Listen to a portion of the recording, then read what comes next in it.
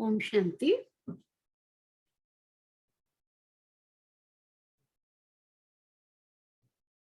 आत्मिक दृष्टि और वृत्ति बनाने का अभ्यास। ब्रह्मा बाबा हमेशा आत्मिक दृष्टि और वृत्ति बनाने के अभ्यास में लगे हुए थे। तो आज हम सुनेंगे उन्होंने कैसे पुरुषार्थ किया।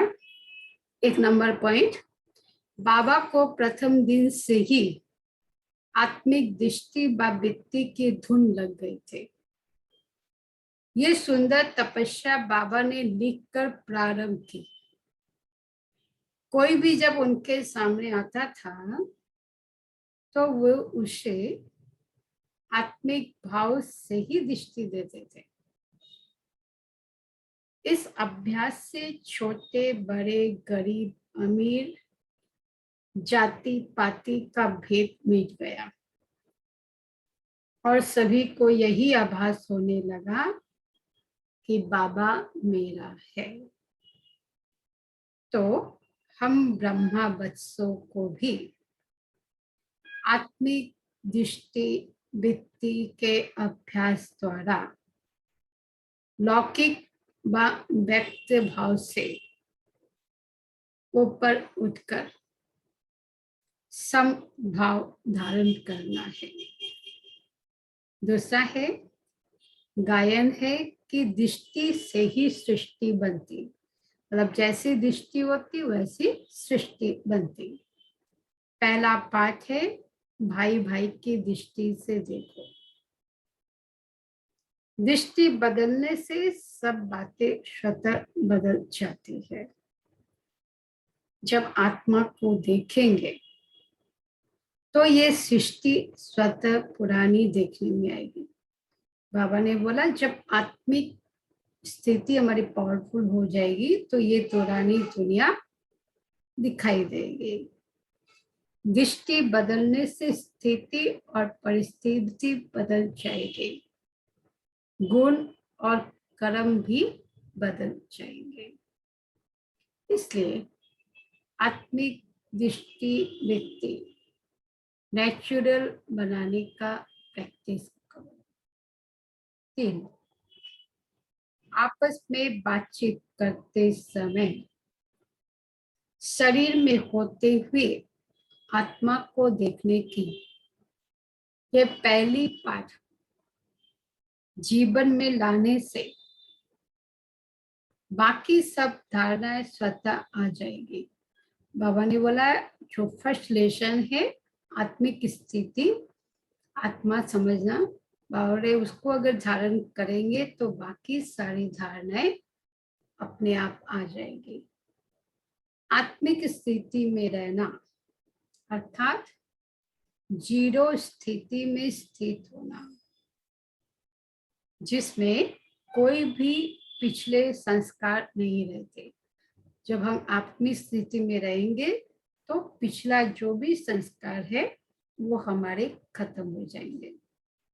इस आत्मिक स्थिति के अभ्यास से हमारी सारी कमियां खत्म हो जाएंगी, फिर सेवा में हम कमाल कर सकेंगे।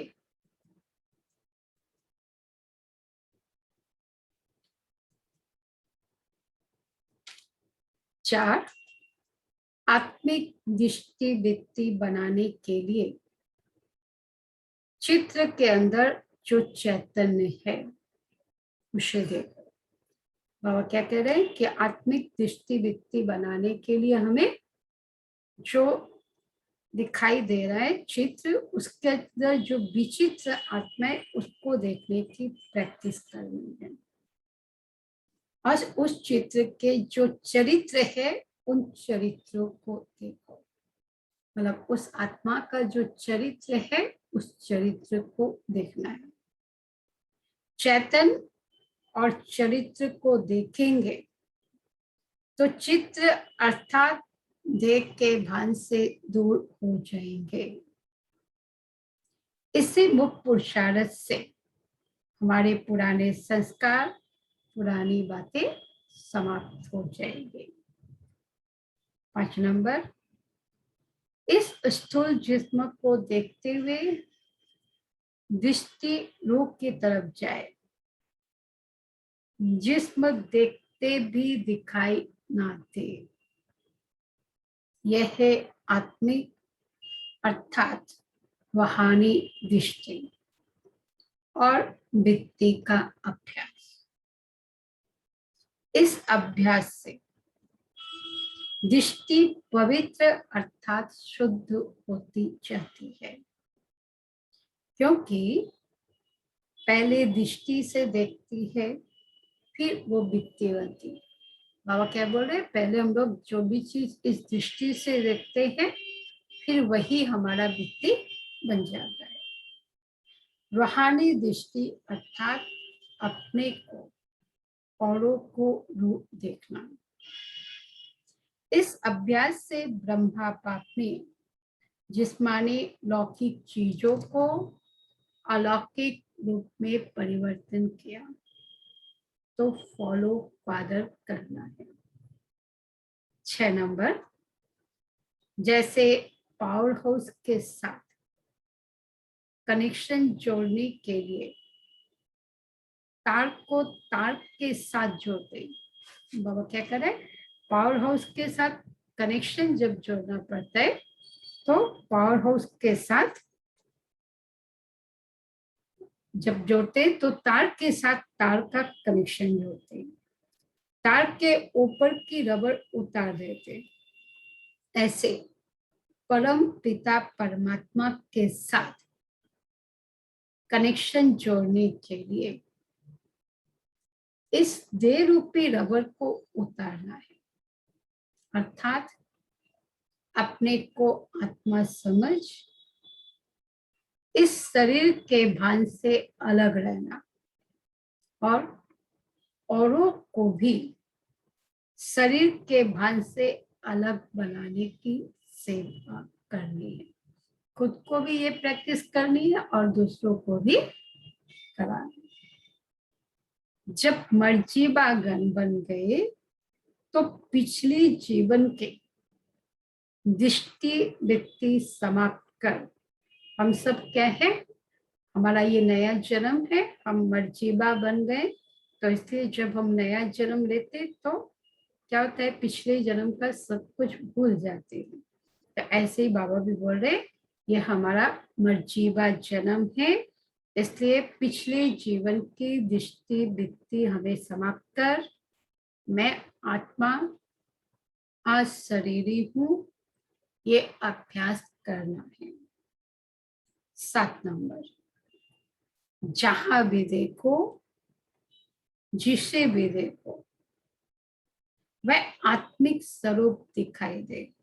अब क्या बोल रहे, जहां भी देखो जिसको भी देखो सभी आत्मिक रूप स्थिति, उनकी आत्मिक स्वरूप को ही हम देखें, क्योंकि जो आपकी वृत्ति में होगा वही दृष्टि से दिखाई देगा।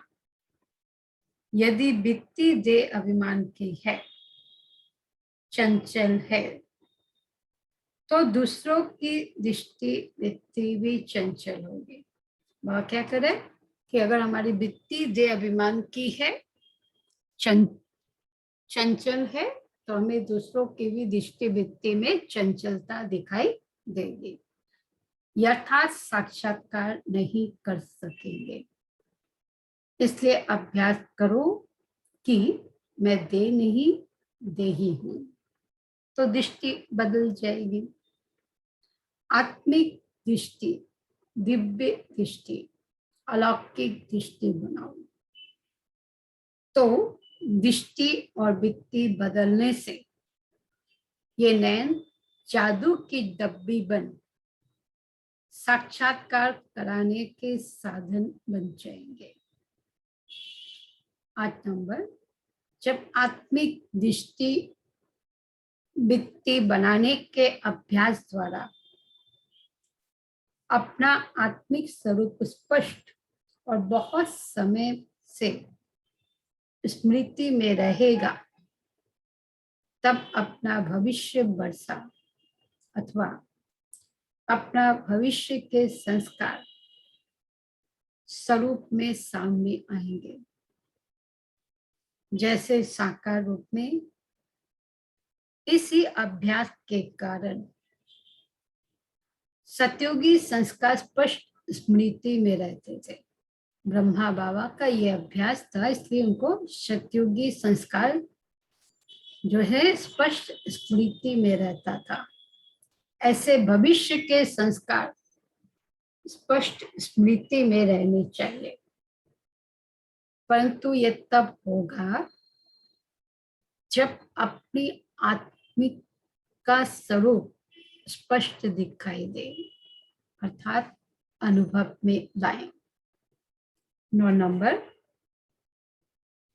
निरंतर तपस्वी बनने के लिए मस्तक अर्थात बुद्धि की स्मृति व दृष्टि से सिवाय आत्मिक स्वरूप के और कुछ भी दिखाई न दे, वह स्मृति में न आए। चाहे रजोगुणी व तमोगुणी संस्कार स्वभाव वाली आत्मा हो, आपके पुरुषार्थ में परीक्षा के निमित्त बनी हुई हो। वह क्या बोल रहे हैं कि हमारे पुरुषार्थ में चाहे रजोगुणी तमोगुणी संस्कार वाली आत्मा हमारे लिए परीक्षा के रूप में आए, लेकिन हर आत्मा के प्रति हमें सेवा अर्थात कल्याण का संकल्प व भावना उत्पन्न हो। यही है आत्मिक दृष्टि और वृत्ति बनाने का अभ्यास। 10, आप सबका पहला व्रत है आत्मा अभिमानी बनने का। हम सबका पहला व्रत क्या है? आत्मा अभिमानी बनना। तो अमृत वेले से चेक करो कि जो पहला व्रत लिया है उसी प्रमाण हम चलते हैं। देह को देखते भी आत्मा को देखो, तो व्यक्ति चंचल हो नहीं सकती। इसलिए बाबा ने लिख करके भी प्रैक्टिस किया था। इसलिए बाबा कह रहे कि हमें भी देह को देखते आत्मा को देखने की प्रैक्टिस करनी, तब हमारी भी वृत्ति चंचल नहीं होगी और दूसरे की वृत्ति भी शांत कर पाएंगे। वृत्ति से वायुमंडल बनता है। यदि आपकी वृत्ति श्रेष्ठ है तो वृत्ति के आधार से वायुमंडल को शुद्ध बना सकते हैं। 11, आत्मिक दृष्टि और वृत्ति बनाने से दिव्य गुणों का आकर्षण अर्थात इसेंस और आत्मिक स्वरूप स्पष्ट दिखाई देगा। तब क्या होगा? हमारे दिव्य गुणों का आकर्षण, आत्मिक स्वरूप स्पष्ट दिखाई देगा। तो रूहानी राहत में रहने के लिए रूप की विस्मृति और रूप की स्मृति रहे, यही है महीन पुरुषार्थ। इसलिए ऐसा अनुभव करो जैसे ये शरीर एक बॉक्स है, इसके अंदर आत्मा रूपी जो हीरा है उससे ही मेरा संबंध और स्नेह है।